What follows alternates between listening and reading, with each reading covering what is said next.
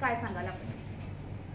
2 दिवसापूर्वी मी भारतीय जनता पक्षामध्ये पक्षप्रवेश केला। त्यानंतर 5 वर्षापूर्वी झालेल्या गडचिंचले येथील साधू हत्याकांडाचा प्रकरण नव्याने करून काढलं। माझं म्हणणं या घटनेमध्ये असंच आहे की मी त्या घटनेच्या ठिकाणी त्यावेळेस 2025 ला माफ करा 2020 ला त्या घटनेच्या ठिकाणी मी पोलिसांच्या सोबत त्या ठिकाणी मदतीसाठी गेलो होतो।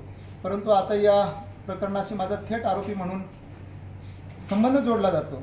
या घटनेशी माझे या घटनेमध्ये पूर्ण इन्व्हेस्टिगेशन झालेली आहे, पूर्ण चौकशी झालेली आहे, चार्जशीट सबमिट झालेली आहे। कुठल्याही FIR मध्ये कुठल्याही चार्जशीटमध्ये माझं आरोपी म्हणून कुठेही नाव नाही।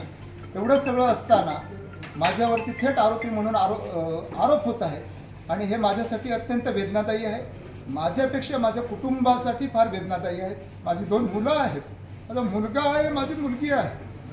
माझ्या मुलाला त्याच्या कॉलेजमध्ये त्याच्या हॉस्टेलमध्ये तुझा बाप गुन्हेगार आहे, खुनी आहे असं सांगितलं जातं। त्याच्याशी कोणी मित्र बोलायला तयार नाही। त्याचा आज पेपर आहे, पेपरला जाऊ शकत नाही। शेवटी आम्ही अत्यंत गरीब कुटुंबातले आहोत, सर्वसामान्य कुटुंबातले आहोत। मी अत्यंत संघर्षातून तयार झालेला कार्यकर्ता आहे। एखाद्या सामान्याची कुठलीही राजकीय परिस्थिती नाही।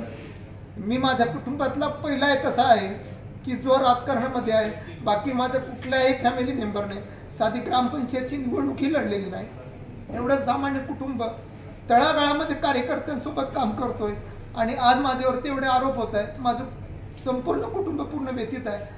माझी सगळ्यांना हात जोडून विनंती आहे की याचा कुठेही तुम्ही वेगळा अर्थ काढू नका।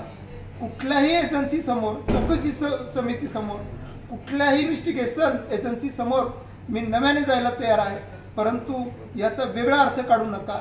त्या घटनेशी माझा थेट संबंध जोडू नका, एवढीच मी सगळ्यांना हात जोडून विनंती करतोय।